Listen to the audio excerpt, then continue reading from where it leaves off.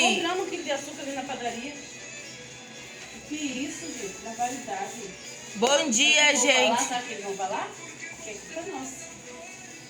É esse clima que a gente já começa a nossa quinta-feira.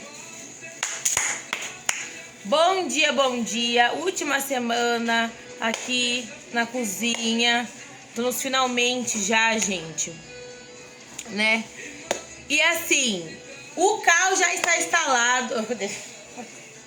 Brincadeira, gente, mas é a última semana e eu tô aqui tomando um cafezinho que a Selma passou pra mim. Olha a garrafinha que a Selma passou café pra mim, gente. Ela acha que eu tomo só isso de café na cabecinha dela. Manda ela comprar a garrafa maior. Mas é isso, bora, vamos começar a nossa semana. Vamos começar a nossa semana. Vamos começar a play quase no final de semana, porque já é quinta-feira já é quase pé no sábado. Bora, beijo. Bora.